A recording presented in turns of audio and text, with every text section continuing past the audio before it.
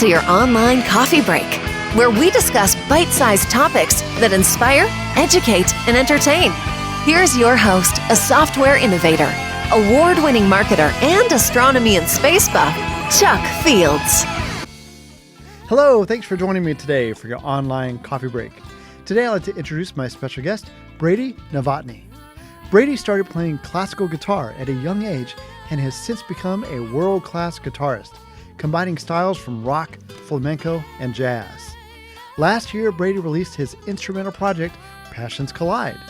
The lead single, Redemption's Cry, charted on the Airplay Today national radio charts, while the title track reached top 5 on the iTunes sales charts. His latest single, Ancient Romance, recently premiered on The Christian Beat. Brady is one of the most versatile players out there and is also a licensed therapist with a Christian philosophy. Online coffee break. Brady, thank you so much for joining me today. I really appreciate it. Sure. Thank you for having me on. Oh, my pleasure. Now, I have to say, I am loving your album, Passions Collide. There's something so unique about it. I mean, you can be in a total rock ballad 1 second, and then it switches, and you have this flamenco style that comes in, and I just think it's extraordinary. And I understand that your sort of training in music goes way back to the age of just 10 years old. I was wondering if you could just tell me a little bit more about that. Sure.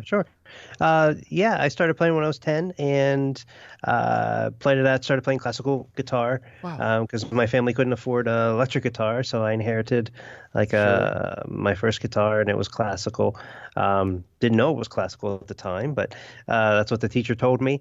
So she basically started me playing like classical guitar with using all my fingers and everything, and It was a great learning experience, and then but I really wanted to learn the rock stuff, and eventually when obviously my family saw that I was more serious, they invested in I think $100 guitar or something like that. Oh wow. And and got me started, and from there it's been, oh my gosh, a long time since I've been playing. Well, so I understand. I'm sorry for interrupting. What are your influences? I think, I mean, of course, Randy Rhoads, I hear, is a big influence of yours. Tell me more about that. Yeah, he's definitely, just growing up in the, I was born in the 70s, but and my dad would always listen to music, so I got a feel for that type of stuff. But then, my teenager years, I grew up in the 80s, and that was, where Eddie Van Halen and Randy Rhoads and all of those guys came from. And that's kind of who I grew up listening to and trying to emulate and stuff like that. So, coming from that decade and that's when guitar playing really exploded, in that new vein of virtuosity and stuff like that. So it was a fun time to grow up in. Oh yeah, it certainly was. I certainly, same generation as yours. I loved the music, loved the 80s guitar. You're right. It just really, really popped on the scene. But I understand too, you started pursuing music in college, but you got a little burnout in music and you decided to switch gears. And I believe you're working your master's in psychology. I just wonder if you could tell us about that little transition. Right. Yeah. Actually, I'm here in my office now. Great. But I was doing, I did the band stuff for a while. I taught guitar. I taught at some clinics and some universities, and it was really great. And then I got a job as a worship leader. Oh, great. And really, it really started to learn my worship chops, as they say, and playing multiple services every week, and it became a lot. It really did. It became a lot of work, and I don't know. I just needed a break, and so I remember I just lost the passion to play, and even my wife would say, why aren't you playing your guitar anymore? And I just didn't have it in me, and so I went back to school, got my master's in psychology, counseling, felt God was calling me in a different direction for that season. Mm-hmm. And it was a great thing. I really enjoy what I do. And even after I've been doing counseling for about a decade. Right. And, probably about halfway through, God kind of really, stirred on my heart to pick up the guitar again. So, and really? After that, that's kind of so it came kind of full circle, you know. I was gonna say, how did that happen? Because I understand, we obviously, sometimes we pursue other passions in our life, and, Yes. and God guides us. How did God guide you back into music? Is there anything that happened there, or did you go back to being a worship leader? It's a pretty probably long story, but I had I was at a service, and I think I was playing guitar and just helping somebody out, and Yeah. he says, basically, said you really should put some music together, and I was like, I'm kind of done with that. I kind of put all things away. Yeah. I was like, I'm going to go do this therapy thing, and that kept on ringing in my heart as in my prayer time, and I said, well, I said, Lord, if you want me to pick it up, then you're going to have to give me the songs, because I don't know what to do. Right. I haven't played in a few years, and it's going to take time. And so through that process, he answered that prayer. Yeah. And a lot of the songs that I felt that I was able to do in the combination of styles and everything was a love that I had, but it was really felt like it was kind of downloaded to my brain while I was doing it. So it was a neat experience, and it came together quite quickly, considering I haven't been playing for a few years. Right. And so I just kind of went with it, and then from there, it was well received, which was nice, and I got to open up for some of my guitar heroes and Nice. and start playing shows, and I even had one guy come into my office who was coming for counseling services, said, "Oh, did you open up for so and so?" Nice.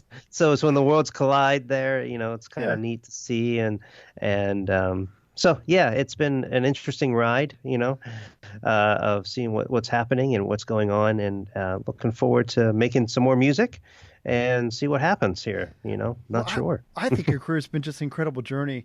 Now, for Passions Collide, so when did the idea sort of come together, and you decide, for one, I'd love to hear just the different styles that you have, and why did you decide to combine them in such a unique way? I love it. Oh, thanks. It's just my two favorite. Those are whenever, because I also do some. Well, I don't do as much anymore, but I used to do some running.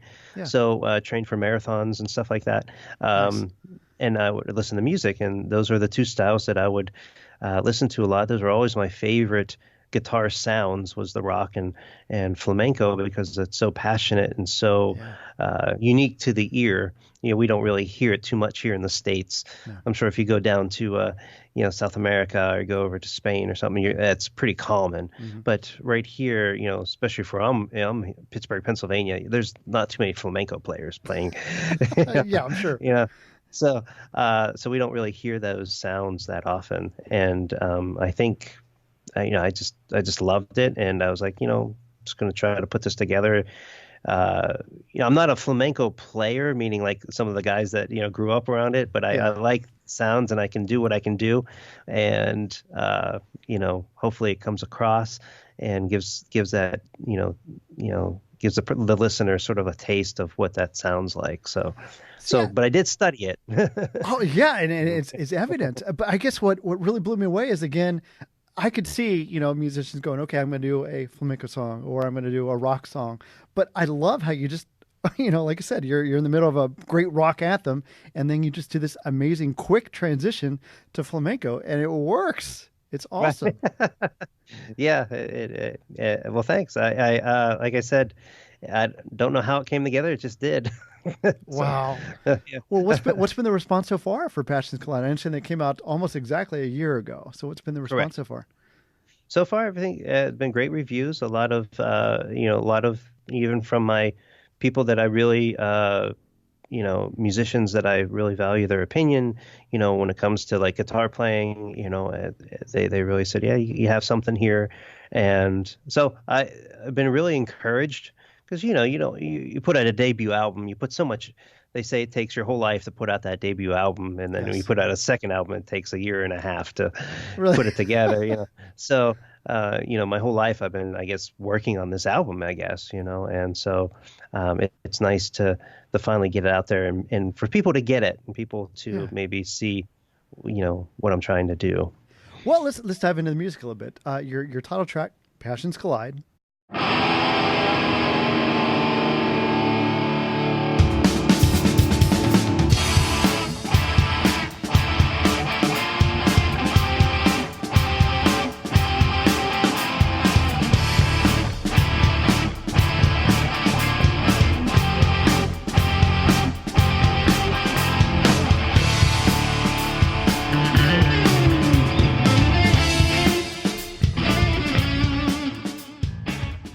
What was the inspiration for that in particular? Just that whole thing. I wanted that song to be the, what the listener is going to experience for the rest of the album, per se. I wanted to give them a taste of, the congas or the nylon string guitar and the electric guitar sounds, and kind of fuse it all together and say, this is sort of a journey of listening to guitar music. Wow. It's not just somebody shredding. It's an actual musical journey. So, what is, and I guess another musical journey, so to speak, even visually, is your latest release, Ancient Romance. I love that song, especially the video.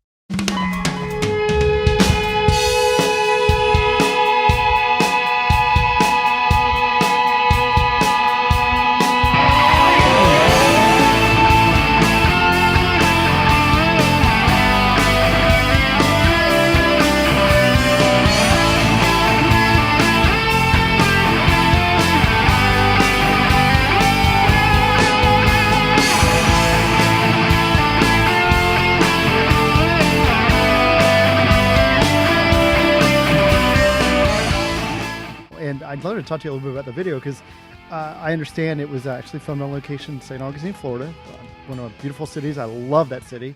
And it's loosely based off the scripture Luke 15:11, the story of the prodigal son. Can you tell us a little bit more about just the song and the video itself? Yeah, the song, when you're writing an instrumental, sometimes you have to have when you play it and you start to get these melody lines, it creates a feeling, and it creates maybe a visual in your mind.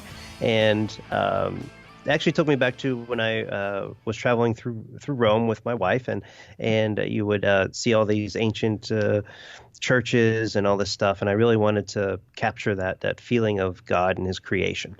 And as I pursued it further, it just popped into my heart. It was like, I really want, how the song's structured. It really reminds me of that story of the prodigal son. So for about a year, I was looking for a castle, and there's not too many here in Pittsburgh, if any. And, through a friend and through somebody that we knew, this one castle who he built from as a piece of artwork. And it was the sole purpose of this artwork was for the glory of God. Right. That's it. And so, so he doesn't just let anybody come in and, sort of shoot a video on his castle. And climb all over his artwork and all that stuff. But he did, and we told him what we were trying to do, and he was all for it. And, we pieced this story together as we kind of, planned it out. How are we going to convey God's love through an instrumental song? Because there's no words in the song. Right.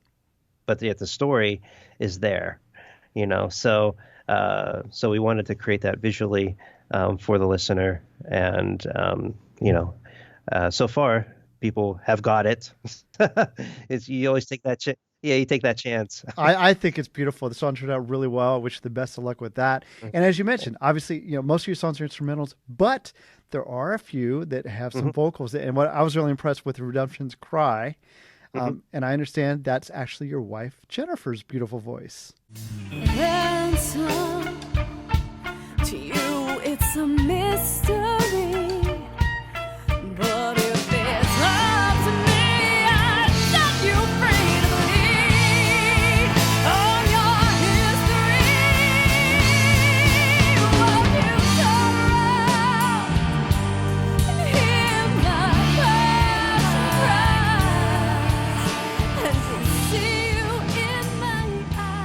What's it like working with your wife on these projects? It had to be exciting. Oh yeah, it's fun. I don't have to pay her. She Yeah, does it right. I'm sure there's other right, ways. yeah, right. Pro bono, I guess. But but no, I knew I obviously knew she was. I married her, one of the things because she was a singer. She was actually one of the singers on my worship team, so that's how we met. Oh, And, wow. Nice. but yeah, I knew she could handle the melody line and convey what I wanted. And that song that came together very quickly, and what the meaning was about, and actually everything that was happening in the world at the time, and Right. so it's really about just receiving that redemption. And the cry of it as almost as a separate heavenly being, redemption crying out to the world, and so that's kind of where that song came from. Yeah. Well, it's certainly a beautiful song. And then one last song I'd love to mention is Cara Bella.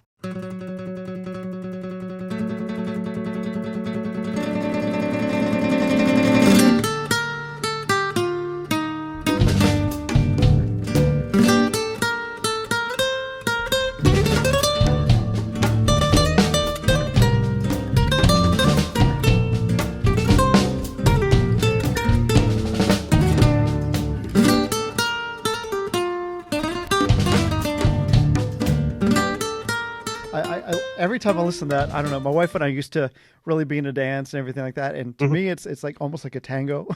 I can just picture. Yes. Tell me more about just that song and where you came up with that idea. It's beautiful. Well, it was originally going to be a song for my wife, Really? but it kind of didn't really go that direction. Like you said, I wanted the tango, and I wanted the flirtation of the music there, and so it's kind of what I kind of envision of it is like the guy trying to win the girl over.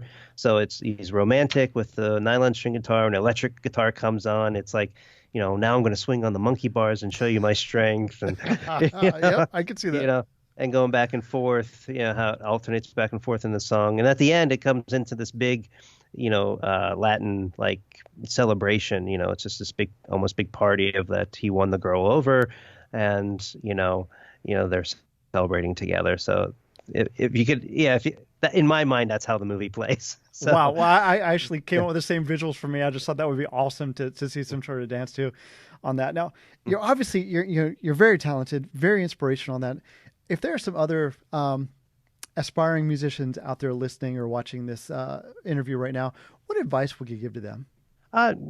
Just never give up. Of course, that's cliche, I know, but we oftentimes, get in our own way of our success. We sabotage our own giftings, and we have a lot of self-doubt, and sometimes my own therapist in this, and so how we talk to ourselves is how we will react in life. And So true. so to really pay attention to we all think that our song doesn't sound good. We all think that we're not ready. It's never the perfect time. That's true. It's not. But the problem is, what makes people get out there is that they push through that barrier and do it anyway. And you will always feel uncomfortable, no matter what. And you will always doubt yourself. We just live in that world and live in this time and planet, and so you just have to do it anyway. Wonderful advice out there. Brady, what's next for you? Are you working on new music, or what's next? Yeah, we're gonna be hopefully by summer we're gonna be doing some more music here. Just Nice. keep writing, keep playing, and see what happens, and keep doing what we're doing. Well, excellent. Well, you're doing a great job so far. And Brady, I just want to wish you the best of luck, continued success. And just thank you so much for taking time out of your schedule to join us today. Really appreciate it. Absolutely. Thank you for having me on. Online coffee break. Wow, I really enjoyed my conversation with Brady today. Hope you did too. And I'm loving his music from Passions Collide. It's a great album. I highly suggest you check it out. If you'd like to learn more about Brady, just go to his website at bradynovotny.com. I want to thank Brady for joining us today. I want to thank you for joining us as well. If you'd like to comment on today's topic, just go to our website at onlinecoffeebreak.com. We also love it if you're watching on YouTube to give us a thumbs up or to rate us on your favorite podcast application. We'd also be thrilled if you'd share this episode with a friend. But anyway, we just want to thank you for taking time out of your busy schedule to join us today. Thank you very much. We do appreciate it. We'll see you next time. God bless.